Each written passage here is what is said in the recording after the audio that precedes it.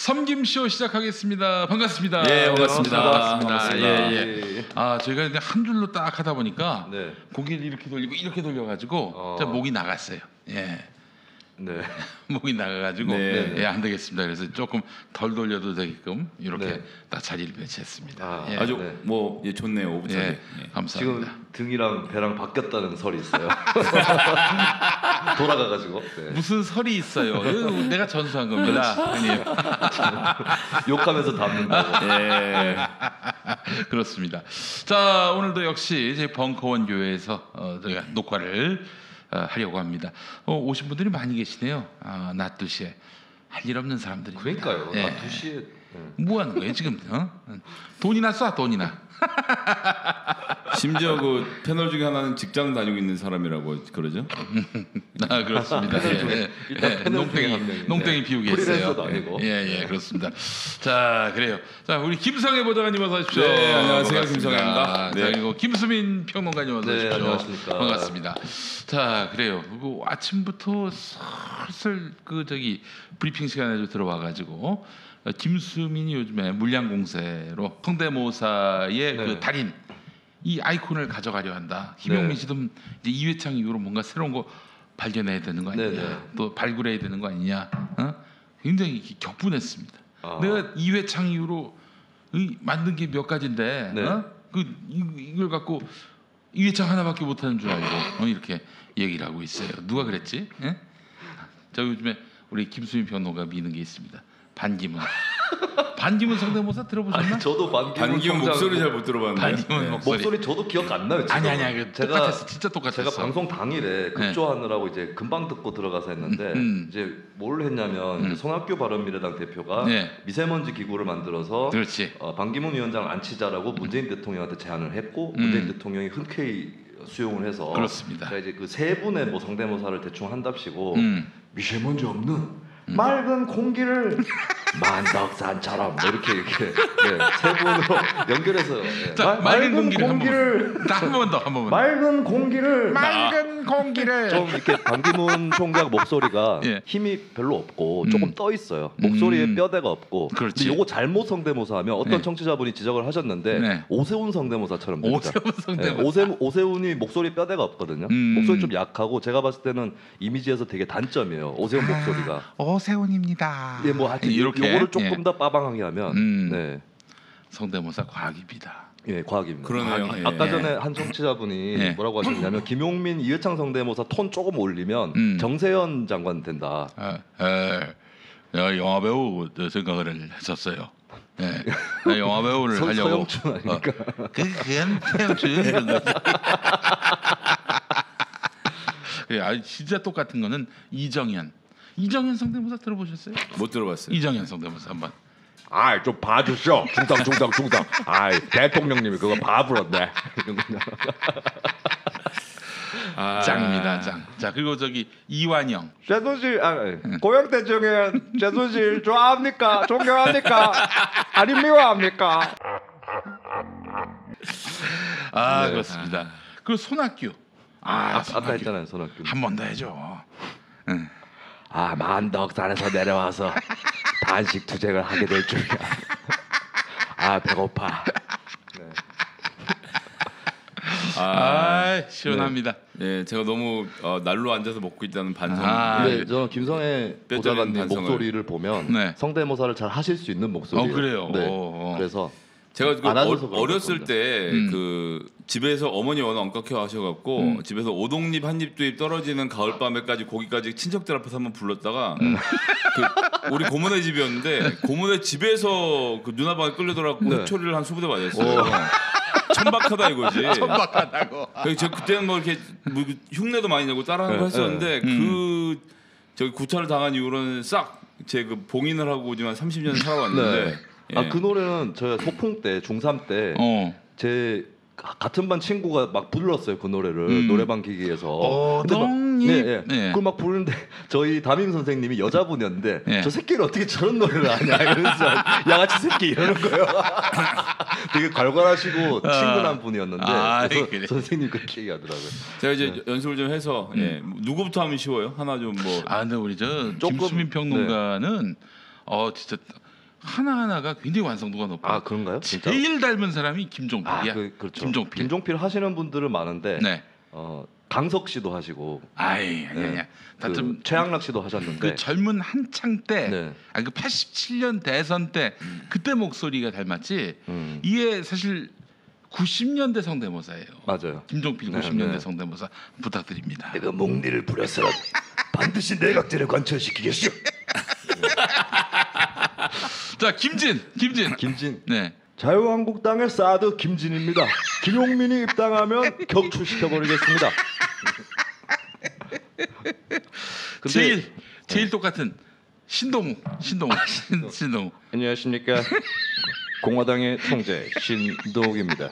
오늘 여기 와서 보니 진보 진영에는 많은 허점들이 보이는군요. 뭐 안 닮은. 닮지 이 정도면은 당신 한번 해봐. 좀 자기는 안 해보면서 김진태 아닌가라고 하셨습니다. 김진태. 예 알겠습니다. 이완배 기자 성대모사. 이완배 기자 해달라고. 돼요?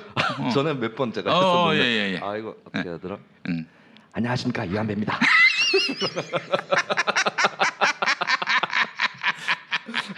자 네. 이렇게 성대모사로 잔뜩 띄워놓는 이유는 뭐냐면은 죽이려고. 그렇습니다.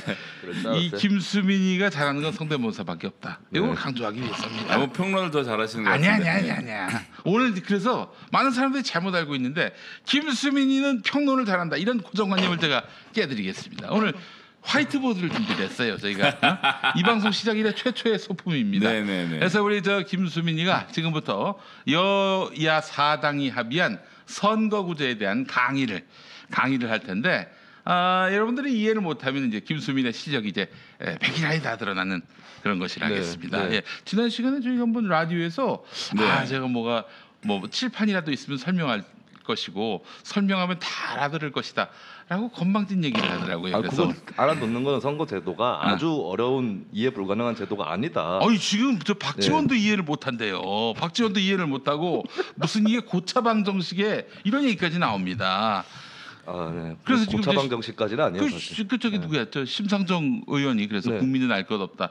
뭐 그런 취지에서 한 얘기가 아니라 이거는 그 산식에 대해서 관심을 네. 갖지 말고 어차피 컴퓨터에 넣으면 다 알아서 나온다. 이런 얘기인데 막 국민들 너희들은 선거를 관심 안 가져도 된다. 이런 식으로 지금 막 오도한단 말이죠. 네, 그만큼 어렵기 때문에. 네. 어렵기 때문에. 네. 자, 그래서 오늘 김수민 평론가가 오늘 한번 선거제도에 대해서 네네. 지금 논의되고 있는 선거제도 개편안에 대해서 한번 설명을 할 겁니다. 네. 설명 들으시고 이자가 이거밖에 안 되는구나라는 것들을 확인하실 수가 있을 겁니다.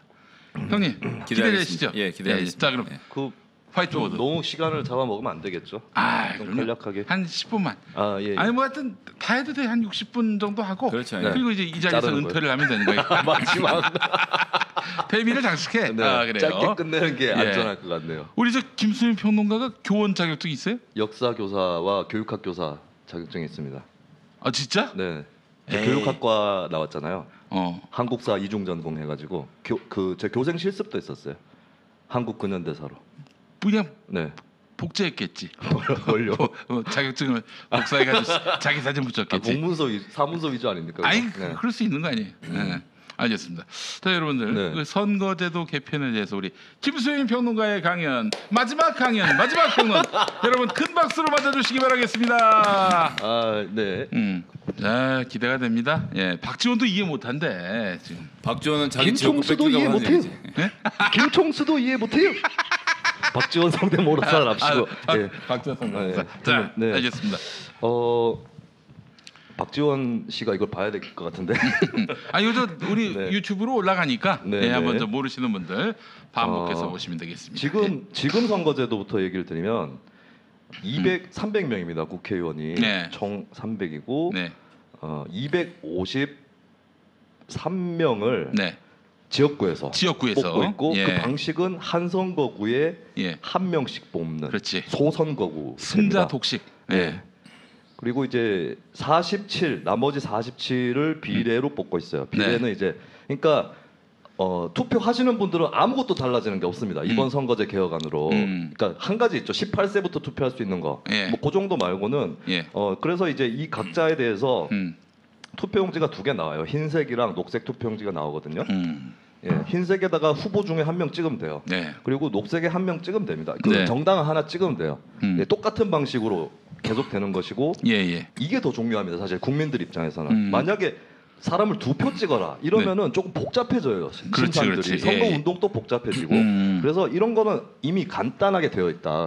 남은 거는 이제 의석 배분 방식인데 지금까지는 이건 따로고 요거 따로 47석만 따로 빼가지고 정당 지지율에 비례해서 배분을 해왔었죠. 네, 그러니까 이거를 쉽게 얘기해서 병리평이라고 합니다. 쉽게 해서 253명은 네, 그냥 그 가장 많은 투표용지가 나온 네. 후보에게 당선증을 주는 방식이고 그렇죠.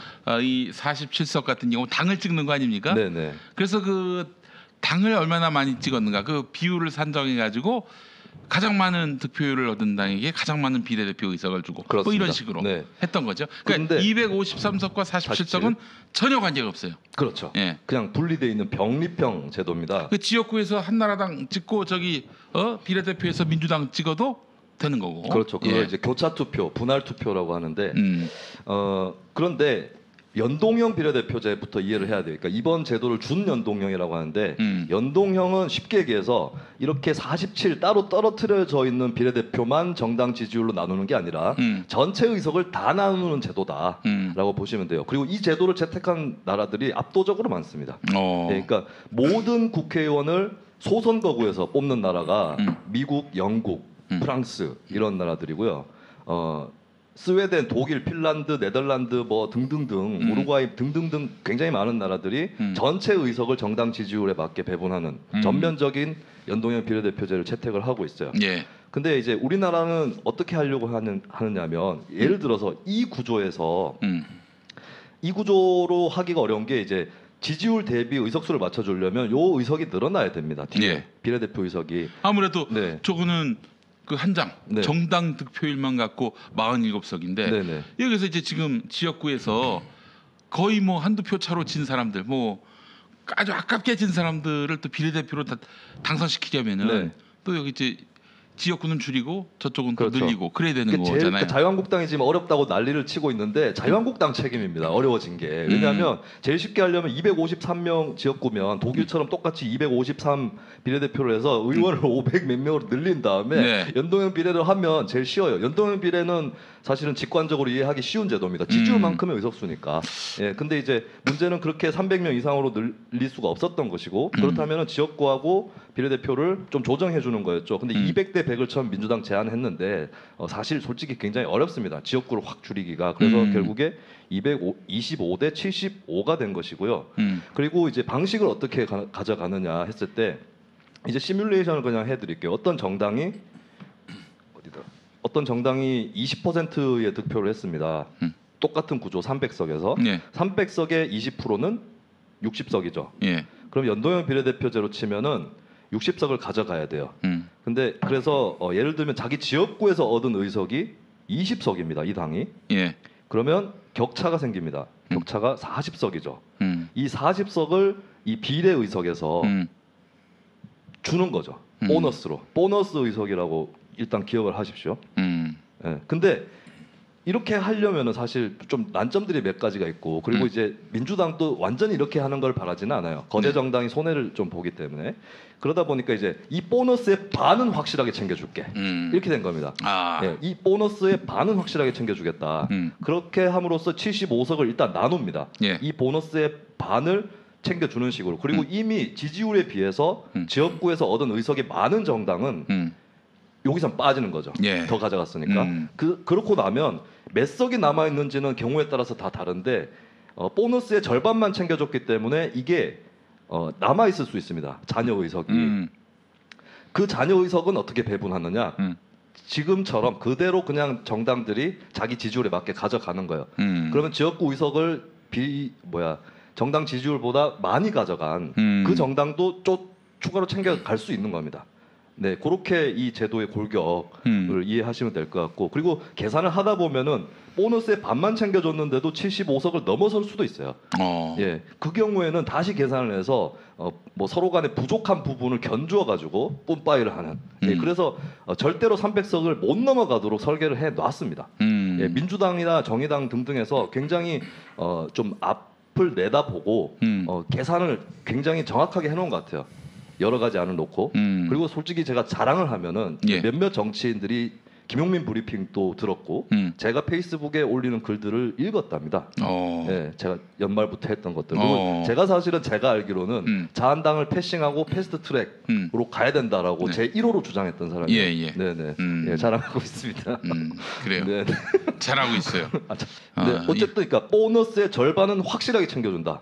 예, 그리고 플러스 알파가 올 수 있다. 네. 요거고요. 그 다음에 이제 이렇게 해서 다 정당 의석을 결정하고 나서 그 다음에 권역별 명부라는 쪽으로 의석을 배분해 줍니다. 그러니까 지금 언론에서 권역별 비례대표제라고 표현을 하고 있는데 제가 봤을 때는 이거 자체는 전국 정당 지지율로 일단 의석을 확장하기 때문에 네. 권역별 비례라고 하면 좀 오해가 있을 수 있고요. 저도 그것 때문에 글을 써서 이제 기고할 일이 있었는데 부랴부랴 고치느라 이제 고치고 진짜 제도를 알아보다가 네. 밤을 샌 일요일 밤을 샌 적이 그래요. 있습니다. 예. 봐봐 어렵잖아 본인도 어렵다고. 아니 근데 그 이제 개념 그 단어가 이상한 게 들어오면 저도 교란을 당하는 것이죠. 하여튼 그래서 이제 전국 지지율로 한다라는 네. 거고 그 다음에 이제 그 권역별로 이제 서울 첫 번째 서울, 두 번째 인천, 경기, 세 번째 강원, 충청, 네 번째 호남, 제주, 다섯 번째 TK, 여섯 번째 PK 이렇게 권역별로 나눠 놓고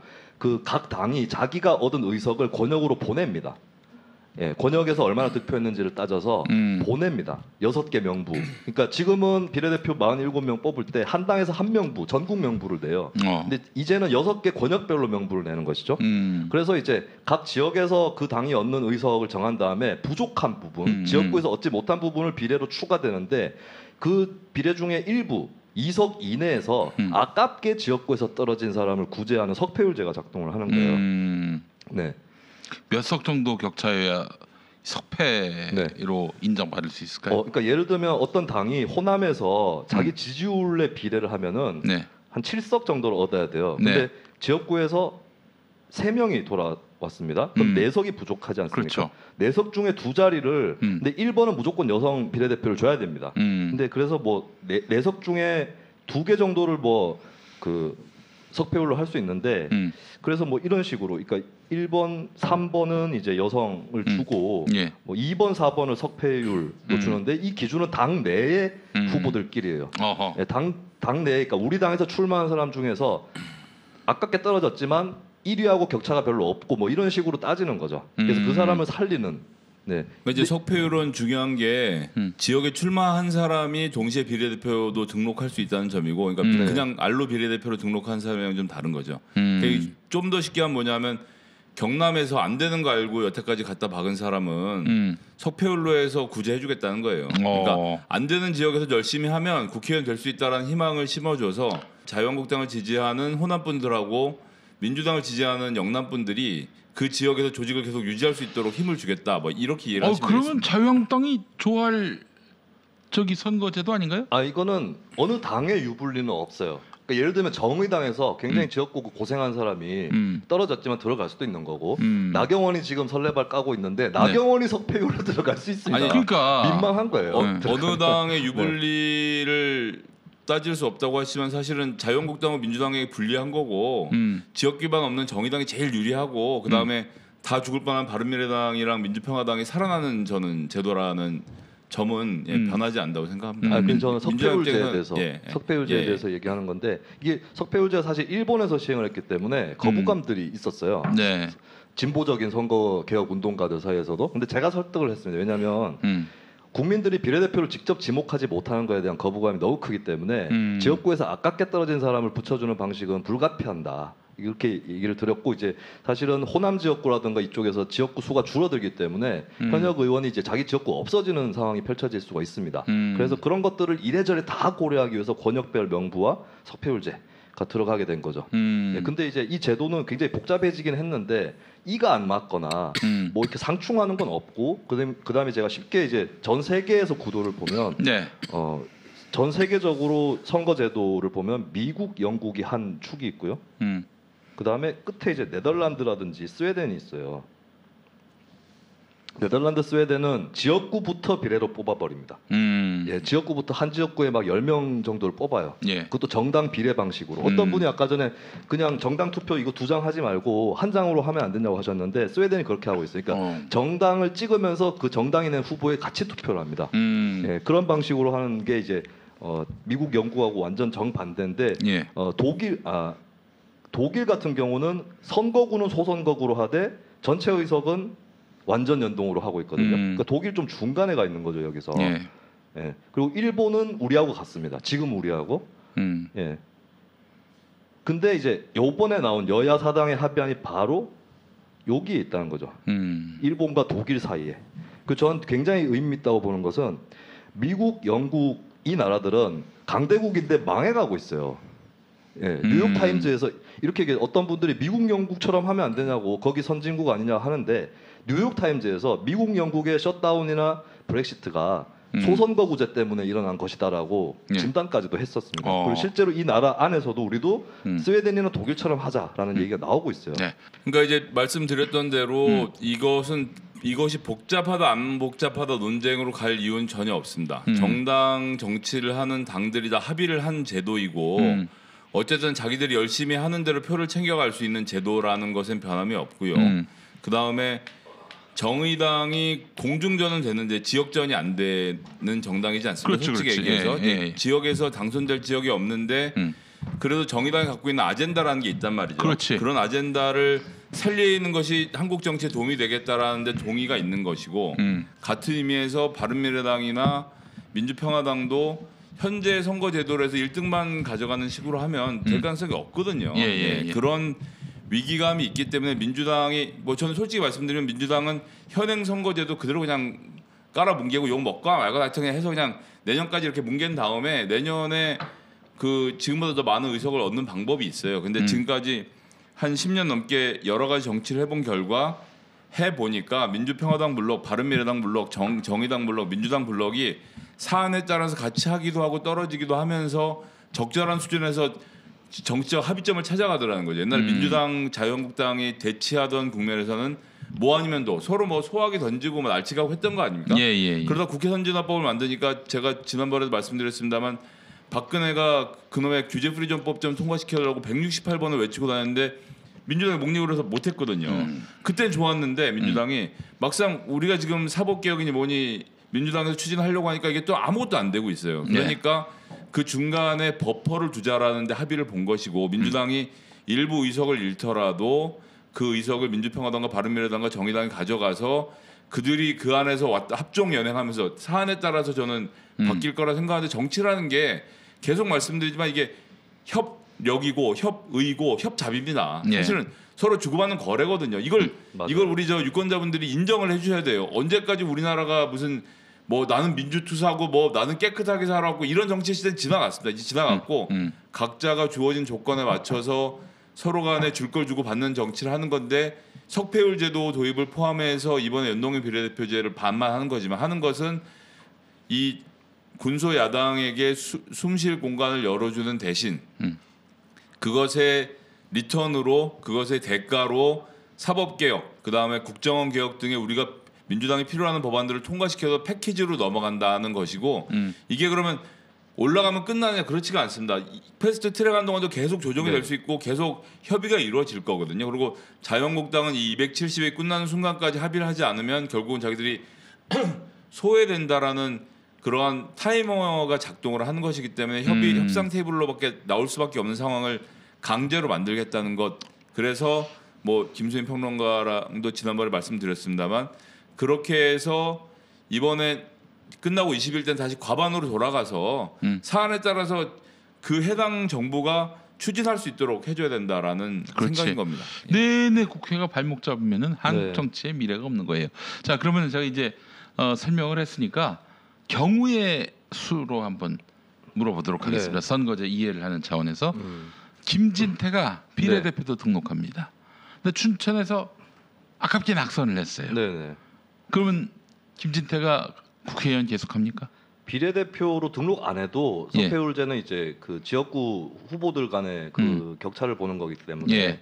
근데 만약에 이제 강원 충청 권역에서 예. 자유한국당이 자기 지지율보다 더 많은 지역구 의석수를 이미 얻어가 버리면 예. 석패자는 없습니다. 예. 근데 그러니까 자유한국당이 자기 지지율보다 의석수가 떨어지면 그 틈새를 보너스 해주기 때문에 네. 석패자로 살아나는 사람이 생기죠. 근데 그 거꾸로의 경우라면 아예 아무도 살리지 않는 거고요. 그리고 석패자가 석패율에 따라서 이제 한 명을 살려주기로 했는데 권역별 명부에서 한 명을 살려주기로 한다면 김진태가 아무리 득표를 많이 하면서 낙선을 해도 1번은 여성이기 때문에 네. 김진태가 못 들어가는 거죠. 예. 그래요. 들어갈 가능성도 있다는 얘기죠. 들어갈 수도 있고요. 그거는 그러니까 이게 시뮬레이션을 함부로 하면 안 되는 게 예. 아니 총선을 해봐야 아는 거죠. 지지율, 그러니까 어떤 분이 선거 제도 자체를 갖고 자한당을 박멸할 수 있는 제도를 얘기하시는데 네. 자한당을 박멸하려면 선거 제도로 박멸하는 게 아니라 국민의 마음을 얻어야지. 지지율을 떨어뜨려야 돼요. 네, 그 부분이 있고 그다음에 제가 되게 유념해야 될 상황 한 가지 말씀을 드리면 네. 민주당 지지율 상승 효과가 옵니다. 이 제도를 실시하면. 아 그래요? 왜냐하면 왜요? 지금까지는 그 실제로 여론조사에서 정당 투표 어디 찍을래 했더니 정의당이 17%인가 이렇게 올라간 적이 있었습니다. 네네. 예, 민주당 확 떨어지고 왜냐하면 자기는 민주당 지지자인데 지금까지는 개평을 비례대표로 줬단 말이에요. 아 그렇지. 네, 그러니까 요 좀 니네 가져가라. 이렇게 해서 줬어요. 근데 선거제도가 이렇게 바뀌면 자기의 투표가 정당 투표가 한정된 비례 의석을 배분하는 게 아니라 전체 의석 분포를 결정하는 힘을 가집니다. 그러면 자기가 민주당 지지자인데도 지역구는 민주당 찍고 비례대표를 정의당 찍었던 분들은 비례대표도 민주당을 찍게 될 가능성이 높습니다. 그리고 민주당도 그렇게 선거 캠페인을 할 거고요. 이제 그 개평 주시면 안 된다고. 예, 그리고 이 제도 자체가 소수정당 보호 효과가 있기 때문에 굳이 이제 개평 주지 마시라. 비례까지 정의당으로 몰아주십시오. 민주당으로 몰아주십시오. 이렇게 갈 겁니다. 자유한국당도 그렇게 갈 거고요. 예, 그래서 이제 지지율 자체는 좀 상승하는 효과가 있어서 이런저런 유권자 심리의 변화, 행태의 변화 이런 것들을 고려하면 함부로 이렇게 가상하기는 대단히 어렵다. 네. 는 말씀을 드립니다. 소수야당, 민주평화당 여기는 뭐 네. 호남이 기반입니다. 네, 네. 어떻게 될 것 같아요? 민주평화당은 제가 오늘 다행스럽게 생각한 게 추인이 났어요. 의원총회에서 그래요? 제일 먼저. 근데 민주평화당은 3%를 못 넘기면 혜택을 입을 수가 없습니다. 당 지지율. 예, 어, 3%라는 비례대표 지지율? 예, 비례대표 지지율. 그렇죠. 그렇죠. 그거 없으면 그냥 3%가 지역구에서 당선돼야만 해요. 3%를 넘지 않으면은 그냥 없습니다. 없어요. 예. 그래서 예전에 기독당이 지난 기독자유당. 총선 때 기독자유당이었죠. 네. 2.7%인가 얻었어요. 그때 기독자유당 2.7%, 기독당 0.5%였거든요. 둘이 같이 나왔으면 3%가 넘는데, 예, 그 당은 극우 혐오 정당입니다. 예. 예, 그래서 제가 그때 그 현상을 네 글자로 신의 한수다. 신의 한수다. 신의 한수. 예, 그래서 이제 평화당은 3%를 넘기느냐 안 넘기느냐에 따라서 굉장히 많이 달라질 수 있어요. 그러면은 그리고 만약에 평화당이 3%를 넘기면 최소한 6, 7석 정도. 제가 대충 계산을 해봤는데 예. 3%딱 3%라면 한 6, 7석 정도는 최소한 먹고 갈 수 있고. 근데 호남에는 네. 형님 그런 거 있지 않겠어요? 그래도 민주평화당이 확실한 호남당이니까 네. 그저 지역구는 민주당 주고 뭐 비례대표는 민주평화당 주자 이런 정선이 있지 않겠어요? 안 그럴 것 같은데요. 안 그럴 것 같아요. 민주평화당의 탄생 자체가 돌이켜 보면 그 당시에 민주당의 공천을 받기 어려웠던 다선 의원들 중심으로 그렇지. 꾸려진 정당이라서 국민의당. 그러니까 거기는 그러니까 민주평화당이 신생 정당이면 민주당을 심판하기 민주평화당 찍자 이렇게 되는데 지금 그런 구도가 안 돼요. 지금은 네. 호남에서 새로운 그리고 호남은 특히나 새로운 바람을 좋아합니다. 그런 의미에서 놓고 봤을 때는 뭐 대표적인 의원이 박지원 의원부터 시작해서 하여튼 거기 지금 거론되는 의원들이 다 다선 의원들이기 때문에 저는 이것 혜택을 이렇게 볼 수 있는 사람들이 아니라고 보고 호남이 새롭게 물가르기 위해서 민주평화당 이렇게 갈 가능성은 저는 없다고 봅니다. 오히려 이제 민주당이 얼마나 겸손하게 제대로 된 사람들, 정신 똑바로 박힌 사람들을 공천하느냐의 싸움인 거지. 저는 여기에 민주평화당이 지금처럼의 호남에서 영향력을 발휘할 수 있는 가능성은 뭐 매우 낮다고 봅니다. 그리고 그들도 개혁을 게을리했고 뭐 정동영 의원을 제가 개인적으로 사감이 있는 건 아닙니다만 어쨌거나 정동영, 박지원, 뭐 김동철 등등등등 해서 누가 봐도 이게 혁신적인 호남 세력을 대표하는 사람들로 보이지는 않잖아요. 그런 점이 있기 때문에 네. 저는 뭐 비례도 가능성이 높지 않고 근데 그냥 아예 안 하는 것보다는 그나마 이게 낫다라고 생각을 할 그렇죠. 수밖에 없는 상황을 뭐 염두에 두는 거겠죠. 그리고 네. 제일 중요한 건 역시나 대권 주자입니다. 예. 어디나 대권 주자가 없는 정당은요. 예. 대중들로부터 지지를 끌어낼 수가 없어요. 그렇죠. 안철수라도 있으면 모르겠는데. 맞아요. 이게 전국 정당이 아닌 정당을 호남 사람들이 좋아하지 않죠. 그렇죠. 예, 또 그리고 호남이 밖에 나가서 성공해서 돌아와야 돼요. 문재인 호남이 대통령처럼. 안철수의 가능성을 봤기 때문에 네. 지난번 국민의당 그렇죠. 예, 밀어준 그렇죠. 건데 뭐 결국 거품으로 끝났습니다만은 네. 바른미래당 어떨까요? 바른미래당 일단 평화당 얘기를 좀 더 하면 예. 평화당 저는 이제 평화당 원래 호남 중진 의원들은 대부분이 선거제도에 별로 관심이 없었는데 평가해줘야 되는 건 정동영 의원이 굉장히 집요하게 관심을 갖고 왔어요. 그래서 저는 이번에 선거제 합의안에 6명의 공신이 있는데 그 중에 한 명은 정동영이 들어간다라고 얘기를 드리고 싶고 바른미래당은 그러니까 제가 말씀드렸지만 지지율 자체가 낮으면 이 제도의 혜택을 볼 수 없어요. 그래서 바른미래당이 이제 밤이하다라는 말이 있잖아요. 당론을 정해야 되는데 총회를 하면 결론이 안 나고 밤이해버려요. 아니면 이상한 결론이 나거나 예. 이도저도 아닌. 예. 계속 그런 식으로 가면은 사실은 독일의 자민당이 약간 그 비슷한 스탠스였는데 자민당 한 번 5% 미만으로 떨어져서 원외 정당이 된 적이 있습니다. 독일식 비례대표제에서 오. 독일은 5%가 기준이에요. 더 높아요 우리보다. 예. 예. 그래가지고 밤이가 좀 계속 이런 식으로 가면 뭐 선거제 개혁의 효과를 얻지 못할 수 있다. 예. 그리고 이제 당에 지금 균열이 오고 있습니다. 사실은 제가 밤이당 생길 때 되게 속으로 좋아했었어요. 왜요? 왜냐하면 자유한국당이 패스트트랙 저지선인 120석을 못 얻게 됐습니다. 바른정당을 붙잡아 버려서. 네. 예. 그리고 이제 일단은 패스트트랙에 뭐 선거제라도 올려놓으면 밤이당 의원들이 자유한국당 돌아가도 늦어요. 특히 선거제는 왜냐하면 네. 정개특위가 바른정당 출신 의원이 한 명도 없습니다. 그렇기 때문에 근데 이제 앞으로 균열로 계속 갈 거예요 밤이당. 그래서 뭐 유승민이라든가 이쪽 사람들이 탈당을 한다면 민주평화당하고 합당하지 않을까 싶어요. 네, 그 가능성이 있어요. 그 사람들은 나가고 어. 바른미래당의 그 남은 잔류 네, 뭐 네. 김동철이니 박주선이니 이런 사람들이 민주평화당과 그뿐만 합치다. 아니고 뭐 손학규부터 해서 다. 예, 그러니까 바른정당 쪽만 빠져나가고 다시. 네. 그럼 예전에 새누리당 블럭이 생기는 거죠. 그러면 이제 국민의당 2로 간다 쉽게 얘기하면. 예. 뭐야 이게 도대체 붙었다 떨어졌다. 근데 이제 붙었다. 유승민 쪽은 이번 패스트트랙이 시작하면 바른미래당이 민주당하고 색깔이 너무 비슷해진다는 것에서 본인의 대권 가도에 큰 문제점을 드릴 거라고 생각해서 합의하기 어려운 상황인 거고요. 그러면 자유한국당으로 다시 돌아가고 싶은 뭐 의원들이 있어요. 지금 뭐 다시 돌아가지 않지만 예를 들어서 이 누구죠? 이현주 의원, 이현주 의원 이런 사람들은 자유한국당 들어가고 싶어요. 근데 네. 가뜩이나 지금 패스트트랙 시작되면 지역구가 줄어든단 말이에요. 자유한국당도 현재 있는 지역위원장들하고 국회의원들 다 챙겨야 되는데 바른미래당에서 귀순한 사람들 받아줄 자리가 없어요. 근데 자리가 있어야 넘어갈 사람들 있고 이게 지금 자기들끼리 엉켜서 제대로 일이 안 되고 있는데 좀 더 쉬운 비유를 들면 바른미래당은 지금 이 건물이 있는데 네. 각각 기둥을 하나씩 붙잡고 있는 거예요. 그런데 가족들이 있어서 가족들을 감싸야 되는데 기둥을 놓으면 기둥이 무너지는 상황인 거거든요. 근데 사람이 얄팍 해서요. 기둥을 잡으면 같이 산다는 거 알아도 당장 내 앞에 가족들 지키고 내 앞에 돈주머니 주우려고 기둥에 손 놓는 게 사람이거든요.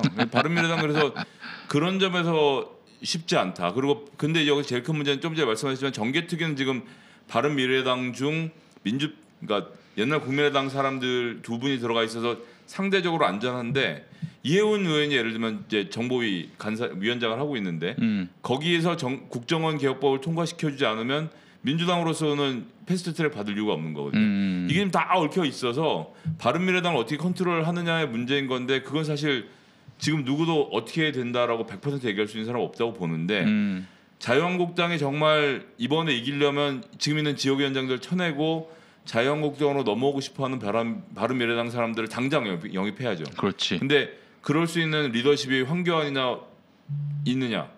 그것도 아닌 거고. 네. 그러니까 뭐 그래서 이 국면은 누가 더 깡이 졌느냐의 싸움으로 지금 가고 있다고 보고 있고 좀 더 두고 봐야 되지 않느냐. 그리고 패스트트랙 올라갔다고 해서 되는 게 아니에요. 또 네. 그러고 나서 선거 전까지 270이 남은 기간 동안 어떻게 합종 연행할 줄 모르는 상황이기 때문에 그래서 대한민국은 정치인 까는 게 국민 스포츠고 정치 보는 것 자체가 국민 스포츠라고 밖에 할 수 없는 상황이 자꾸 만들어지는 것 같습니다. 그래요. 자, 그러면 이제 우리가 바른미래당, 민주평화당 얘기를 해봤는데 그러면서 은근슬쩍 자유한국당 얘기도 해봤고요. 정의당은 대박 나는 겁니까? 아, 정의당도 지지율 많이 못 올리면 대박 안 나지요. 그래도 뭐 네. 지금의 구조에서 네. 혁신적으로 비약할 수 있는 그런 제도적 틀을 마련하는 거 아니에요? 네. 정의당이 13%를 넘기면 정당 지지율을 네. 원내교섭단체는 꾸려질 수가 있어요. 예, 제가 계산을 대충 해보니까 물론 네. 다양한 경우의 수가 있긴 한데 13% 정도면은 원내교섭단체 뭐 이게 정의당이 뭐 대단하가 이런 걸 떠나서 어떤 그 소수 정당이 원내교섭단체를 독자적으로 구성할 수 있다 그 자체가 네. 정치에 또 여러 가지 변화를 뭐 불러일으킬 수 있죠. 민주당은 어떨 것 같습니까? 지금 역시 그 1년 후에 지지율이 어떠냐? 네. 뭐 이게 이제 관건이겠습니다만은 1년 후의 정치 상황까지 예측해서 시뮬레이션 한다면 틀리기만 해봐라. 민주당 네. 민주당 이게 좀 애매한데 이게 완전 연동형은 아니거든요. 민주당이 잘 한다고 치면은 근데 우리나라가 지금까지 총선에서 한 정당에게 정당 지지율 50%준 적이 한 번도 없어요. 예, 한나라당은 2008년 총선 때 38% 득표율로 과반 의석을 갖고 갔습니다. 열린우리당도 그랬었고 그래서 이제 민주당이 좀 잘한다 이런 구조에서 잘한다라고 생각을 한다면 저는 이제 이런 결과는 나올 수 있다. 한 45% 지지를 얻고 살짝 과반을 넘기는 그런 결과는 나올 수 있다 봐요. 완전 연동형이 아니기 때문에. 예. 예. 그리고 이제 앞으로가 더 중요한데 저는 민주당 장기 집권에는 더 유리해졌다고 봅니다. 예, 그래요? 왜냐하면 장기 집권을 하려면 사실 권력을 조금 나눠야 됩니다. 다른 당한테. 네. 해외 내각제 국가는 연정 이런 거 하잖아요. 근데 이제 연동형 비례대표제가 연정을 유발하는 그런 효과가 있기 때문에 소수 정당을 잘 다독거려 간다면 자유한국당이 계속해서 이제 자유한국당한테 정권을 넘겨주지 않고 그러면서도 국민들한테 너무 오래 해먹는다라는 인상을 주지 않고 장기 집권할 가능성은 높아졌다. 이 제도 자체가 예, 그렇게 봅니다. 근데 뭐 계속 말씀드리지만 저는 이 패스트트랙 협상이 정말 결실을 맺어서 선거제도가 바뀌는 것은 바뀌는 날까지는 절대 모르는 일이라고 네. 생각을 하고 그래서 현행 선거제도로 선거가 치러질 가능성은 항상 상존하고 있다라고 생각하고요.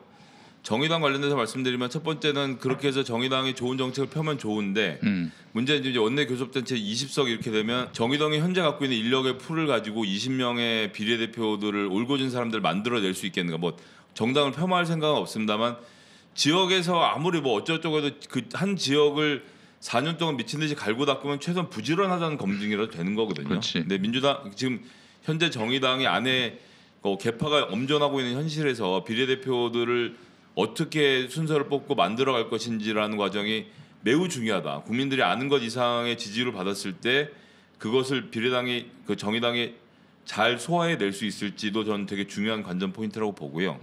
그리고 민주당 같은 경우는 제도가 안 바뀌면 안 바뀌는 대로 붙어볼 만한 선거가 될 것이고 근데 이제 여기서 재밌는 건 또 뭐냐면 민주당이 패스트트랙을 받는 이유는 첫 번째는 말씀하신 대로 연정을 통해서 정치를 해야 된다. 제가 쭉 설명드린 내용이 하나 있는 거고 저는 그 점에서는 김수민 평론가랑 동의하고 두 번째는 개혁 입법을 하기 위함이거든요. 그러니까 개혁 입법은 뭐냐면 문재인 정부의 성공을 위해서 그러는 거예요. 근데 솔직히 말씀드린 민주당 의원들에게 물어보면 겉으로 몰라도 속으로는 민주당의 성공과 본인의 재선과 어떤 쪽을 택하겠냐고 물으면 아니, 본인의 재선이지. 재선으로 갈 가능성이 높거든요. 예. 그러면 본인의 재선을 위해서 패스트트랙이 유리하지 않다라고 보면 이게 꼭 된다는 보장이 없어요. 그리고 사법개혁이고 이런 것이 1년 정도 법안이 늦춰진다고 해서 정말 무슨 세상이 크게 뒤집어질 일도 아니라고 생각하고 그냥 이대로 뭉개서 내년에 선거를 이대로 치러서 본인의 지역구를 지키려고 하는 민주당 내에 이기심을 당 지도부가 어떻게 잘 누를 것이냐 그리고 국민들이 그것을 얼마나 잘 간파하고 그 이기심을 부리는 자들을 잘 쳐낼 것인가도 함께 보셔야 한다는 점이 저는 있다고 보고요.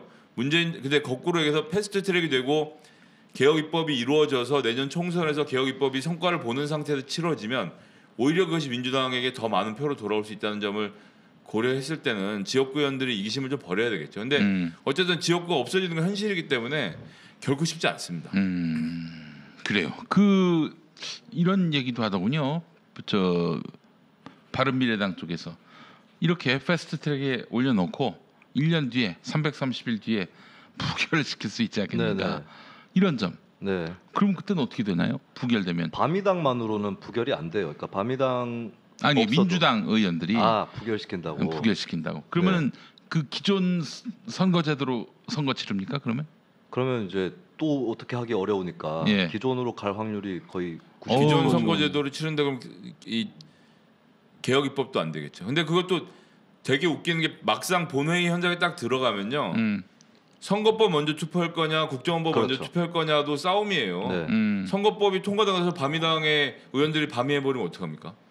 그러면 나머지 통과 안 되고는 안 되는 거거든요. 그런 상황이 충분히 예상이 되기 때문에 아, 여기서 밤이한다 모르시는 그 혹시 분들 계셔서 잠깐 설명드리면 점심에 야 짜장면 먹을까 짬뽕 먹을까? 아 짜장면이 좋아. 아 짬뽕이 낫잖아. 아 짜장면 먹자. 아 짬뽕이 나. 하다 밤이 하는 거는 그냥 굽는 겁니다. 예. 그렇게 생각하시면 됩니다. 알겠습니다. 근데 이제 뭐 개혁입법 중에서 바미당 없어도 이제 과반이 또 될 수 있기 때문에 그거는 차라리 걱정이 좀 덜한데 아마 선거제를 먼저 올려야 될 것 같긴 해요. 순서가 예, 그랬기 때문에 일단 다른 개혁입법을 바미당이 파토를 놓는다고 예, 해도 예. 통과될 수 있어서 알겠습니다. 네. 그렇죠. 같은 입법들을 그 다 또- 기명 투표로 해야 되는 거죠.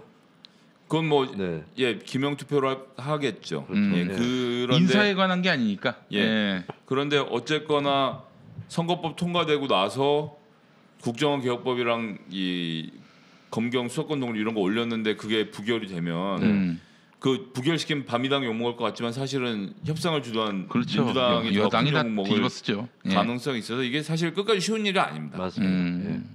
알겠습니다. 그것도 필리버스터 붙어버리면 막 기한이 늘어나요. 그럼 다음 회기에 가야지 그 다음 법안 또 올릴 수 있거든요. 게다가 안철수라고 하더라도 아니면 혹은 유승민이라고 하더라도 그 당의 리더십이 있어서 야 무조건 찍어라고 하는 상황이면 조금 안심하고 하겠는데 지금의 바른미래당은 1인 1정당으로 봐야 되기 때문에 예, 쉽지 않죠. 1인 1정당.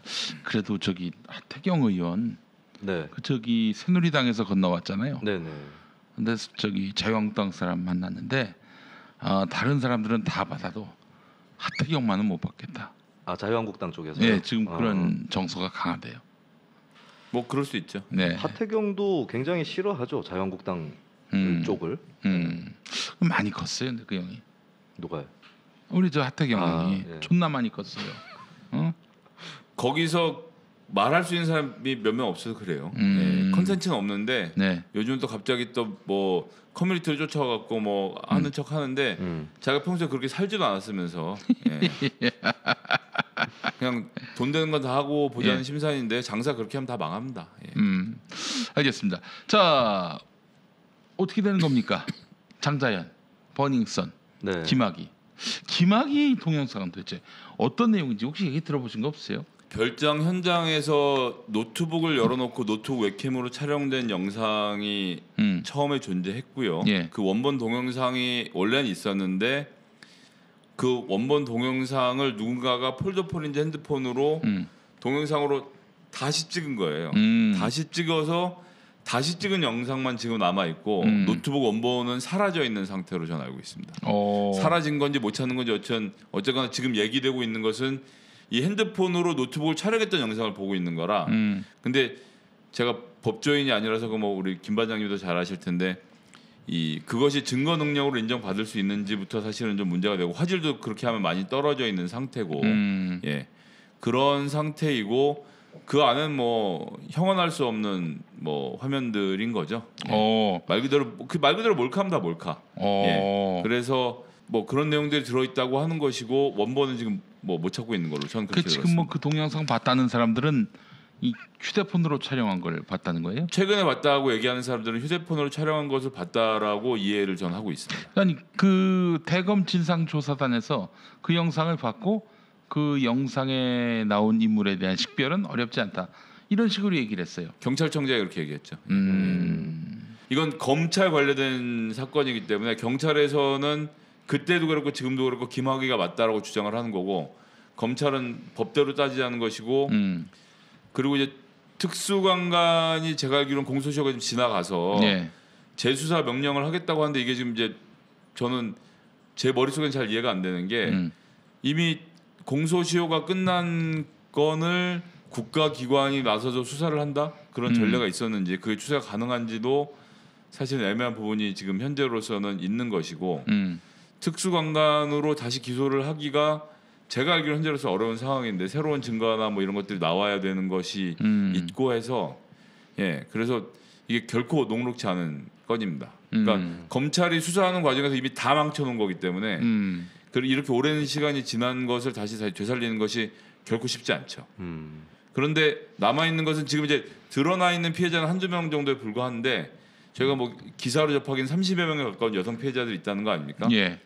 그분들을 찾아서 그분들로부터 강간 관련된 뭐 이런 관련된 증언들이 나온다면 특수강간을 다시 한번 밀어붙여 볼 수 있는 가능성이 뭐 아주 작게는 남아 있는데 그래요. 도대체 이게 성상납인지 성폭력인지 네. 이게 우선 구분이 돼야 되는 거 아니에요? 다 성상납이 아니 성접대라고 얘기하던데. 뭐 영상을 보고도 함부로 얘기하기 어려울 거예요. 그 당시의 분위기에서 예를 들어서 화면에는 그 반항을 하지 않는다고 나온다 하더라도 그 사전에 지금 그 수법대로 나온 대로 그 건설업자가 동영상 촬영해서 부모한테까지 보내가면서 협박을 했다는 거 아닙니까? 그러니까 이번 1박 2일 네가 여기서 얌전하게 접대를 하면 내가 풀어주겠다라고 했으면 화면에서는 접대로 보이는 것이고 근데 사실은 특수강간인 것이고 이런 것이기 때문에 그것을 저희가 보여지는 것만 가지고 따지는 건 결코 쉬운 일은 아닐 것으로 보여집니다. 예. 저는 성접대, 성상납, 성폭력 등등의 그 개념 적용에 빠지지 않기를 바랍니다. 왜냐하면 이게 되게 근본적인 질문을 던져야 될 것이 성생활이란 굉장히 내밀한 거 아니겠습니까? 그렇지. 그리고 난교, 그룹 섹스라 할지라도 예를 들어서 존중할 수 있어요. 근데 그 그룹이 형성되는 것은 어떤 서로 간의 취향들을 알아가고 또 이제 사적으로 이렇게 되는 건데 이상하게 한국 권력층은 왜 그 짓거리를 자기들끼리 권력의 정점에 딱 공간을 만들어서 하고 있는가? 굉장히 뭐 이게 권력 중독, 성중독 사회라고 보거든요. 우리가 내부자들이라는 영화에서 이미 맛을 봤지만 그거에 대한 좀 근본적인 질문을 던져야 된다라고 봅니다. 난교를 왜 합니까? 그거는 화가님은 괜찮지 않나요? 개인의 성벽의 문제는 우리가 따질 수 있는 문제는 아니라고 보고. 근데 이제 제가 지금 영화 제목을 생각하는 이안 감독이라는 그 중국의 감독이 미국에서 그 소위 말하는 그룹 섹스가 유행하던 시절에 스워핑이라고 불리는 제도가 유행하던 시절에 영화를 하나 만들어서 그 옛날에 상영을 했던 적이 있는데 이제 그 영화는 간단합니다. 남편들이었나 부인들한테 키를 다 쏟아놓고 그 키를 줍는 대로 그 커플하고 그 분하고 그 사람하고 그 배우자와 관계를 갖는 거예요. 그 영화는 이제 그런 식의 설명이 나오는데 이제 여기서 중요한 거 뭐냐면 남과 여가 동등하다는 거죠. 그 부부가 서로 합의하에 부부 모임에 나왔고 그 안에서의 자기들끼리의 그 어떤 행위를 하든 그것은 뭐 우리가 따질 문제가 아닌데 지금 뭐 김수민 평론가님 말씀하신 것처럼 한국은 일단 남자들은 다 고위권이고 뭐 한 달에 한다는 사람들이고 여자들은 왜 왔는지 뭐 승리권도 마찬가지로 그거에 설령 자발적이 일부 포함되어 있다고 하더라도 돈이 들어가 있고 네가 앞으로 잘 되게 해줄게 장자였거든 너 앞으로 잘 되게 해줄게 이런 것으로 여자가 피해자이자 약자인 상태에서 데리고 와서 그들이 원하지 않는 것들을 하게 만든 상황이지 않습니까? 이거는 뭐 성폭력이죠. 그렇기 때문에 그 현장에서 보여지는 화면과 상관없이 전 참가자의 구성원의 몇몇만 놓고 봐도 이것은 정상적인 그 사회 관계라고 볼 수 없기 때문에 이것은 그런 점에 좀 혐의를 두고 살펴봐야 한다라고 저는 생각합니다. 매우 구조적인 폭력. 자 이런 가운데 조선일보가 말이죠 장자연 건과 관련해서 언론 탄압이라는 나경원 원내대표의 말을 인용했습니다. 그런데 어떤 언론 탄압인지는 전혀 보도를 안 해요. 이름은 좀 알려줘야 되는 거 아닙니까? 호텔 탄압 아닌가요? 숙박업소 탄압. 숙박업소 탄압. 호텔이 주업이고 찌라시는 고향인데 과외 활동으로. 그래요. 일단 잠시 저쪽 별장 성폭력 의혹 수간도 나옵니까? 그거는 그 여성분이 그렇게 진술을 했죠. 그러니까 그 화면에 나온다는 것이 아니라 건설업자가 그런 식의 행위도 요구했다라고 나옵니다. 그 여자분의 인터뷰의 내용이 그렇습니다. 아우 끔찍해라. 끝까지 가보겠다는 거죠 이거. 이거 참 알겠습니다. 일단 방용훈 씨 얘기가 나오는데 방용훈 씨는 장자연도 있고 또 부인의 불행한 죽음 그 건도 있고요. 어제 방용훈 아들이 방정호인가요? 아니지 방상훈. 방상훈인가요? 그렇구나. 근데 물어봤어요. 그 저기 박건식 CP라고 PD 수첩. 네. 그분 얘기는 아니 방용훈이가 뭐 조선일보에서 무슨 이사인가? 이사도 아니고 무슨 지분을 갖고 있는 주주입니다. 정도예요. 주주. 주주. 네. 아마 주- 지분이 2위일 걸요. 지분은 꽤 많이 아니 있는 걸로. 아니 가족 2위 중에. 아니야. 2위 아니야. 방 한자를 쓰실 줄 아는군요. 얘는 나를 고자. 도대체 얘는 나를 너무 무시하는 경향이 있어요. 네. 자, 그래서 한번 보겠습니다. 방일령의 아들로 둘이 있어요. 방상훈, 방용훈, 그리고 방성훈. 이게 지금 뭐 하나밖에 없느냐 그게 아니에요. 또 딸들도 있고 그런데 지금 지분을 갖고 있는 사람 중심으로 보는 겁니다. 그래서 여기 방준오가 있고 방정오가 있습니다. 방정오가 그 잘 아시죠? 그 딸의 갑제. 예, 그 뭐 초등학생이 운전기사한테 그랬던 사건. 또 네. 요 두 사람은 또 이제 바로 장자연 씨 죽음과 연관돼 있는 혹은 장자연 씨하고 연관돼 있는 인물로 알려져 있는데 자 여기서 보겠습니다. 방상훈 지분 30, 방용훈 지분 20. 자 그리고 방성훈 지분 11. 자 그리고 방준호 지분 7. 나머지는 없어. 예. 그리고 방일령 문화재단 15. 예. 와, 저거 어떻게 다 외우세요? 아니 오늘 아침에 내가 봐가지고 자 보십시다. 그러니까 이 두 형제는 지금 방상훈 30, 방용훈 20. 근데 방일령 문화재단 방상훈도 방용훈도 어디 자기 확실한 그 자기 소유권을 주장할 수 없는 방일령 문화재단이 15 이렇게 돼 있어요. 근데 방상훈 아들 방준호가 7, 방성훈 11. 자 이렇게 돼 있어요. 방상훈하고 방용훈이 사이가 그렇게 썩 좋지는 않은 것 같습니다. 그리고 또 방상훈하고 방성훈 사이에는 묘한 또 긴장 기류. 이게 협력할 때도 정당별 있고. 득표율 같아요. 그렇죠, 그렇죠. 예. 그렇기 때문에 네. 예컨대 방상훈이하고 죄송합니다. 거꾸로 했네. 어쩐지. 네, 네, 오늘 김용민 MC의 예. 은퇴 강연을 은퇴 보고 강연. 은퇴 강연. 죄송합니다. 예. 역시 김수민이 죽는 줄 알았더니 김용민이 죽었네. 죽었어. 근데 이 파이트 보드를 괜히 가져왔네. 자, 다시. 다음 주는 김성의 원김 쇼를 진행하겠습니다. 다시 방상훈하고 1대 주주, 2대 주주 방성훈. 이 둘 사이가 갈등과 협력 사이예요. 사촌끼리. 예, 그렇죠. 그 방용훈은 지금 3대 주주고 또 저도 그냥 뭐 시끄럽고 네. 뭐 사회적 물의를 일으키고 좀 PD 수첩 PD하고 통화하는 거 보니까 좀 네. 왠지 좀 많이 놀았던 것 같고 그렇잖아요. 뭐 네. 무슨 뭐 저기 살다가 만날 날도 있을 텐데 자식이 있느냐 뭐 이런 거 물어봤잖아. 이게 뭐 보통 사람이 그렇게 상대방이 녹음하고 있는 줄 알고 네. 있는 상황에서 그런 말 못합니다. 그렇죠. 자, 그런데 방용훈은 왜 조선일보 관계자들이 절절맬까? 그렇잖아요. 방용훈을 옹호했어요. 장자연 씨 그 사건 났을 때 조선일보가 방용훈을 옹호했습니다. 그렇잖아요. 우리 조선일보 그 이모는 아니다. 네. 스포츠조선 아무개가 실제로는 장자연을 만났다. 이러면서 방용훈 혐의를 덮어줬잖아요. 그리고 최근에 방용훈 관련한 보도를 전혀 안 합니다. 그렇잖아요. 근데 왜 이 꼬리를 잘라도 모자랄 사람을 그대로 옹호하고 두둔하겠어요? 그 이유는 하나야. 방상훈은 방용훈을 잘 구슬러 가줘야 되지. 만약에 방성훈하고 붙었을 때 얘가 이렇게 묶여져봐. 그러면은 골 때려지는 거예요. 물론 자기 아들하고 해서 37을 가질 수 있겠지만 또 이렇게 해서 여기를 가져가게 되면은 방용훈이 바른미래당이네요. 그렇지. 방용훈이 바른미래당입니다. 방상훈이 그럼 민주당인가? 방준호는 민주평화당. 민주평화당이고 방정훈은 정의당이야. 방성훈이 자유한국당. 세상이 다 이런 구조로 되는 것 같아요. 세상이 다 이렇게 네, 네. 돌아가고 있습니다. 네. 예. 그래요. 이쯤 되면 이해가 되시죠? 네. 일가의 어떤 지분 구조와 역학관계 이렇게 따져 보면은 네. 왜 방용운이가 이렇게 설치되는지 대략 감이 잡히는 겁니다. 네, 형님 네. 어때요? 예, 아주 뭐 깔끔하게 정리가 되네요. 정리가 되죠. 예. 예, 그렇습니다. 오, 대단하십니다. 제가 네. 틀릴 것 같아서 계속 그 인터넷 뒤지면서 숫자를 맞춰보고 있는데 다 맞으시네.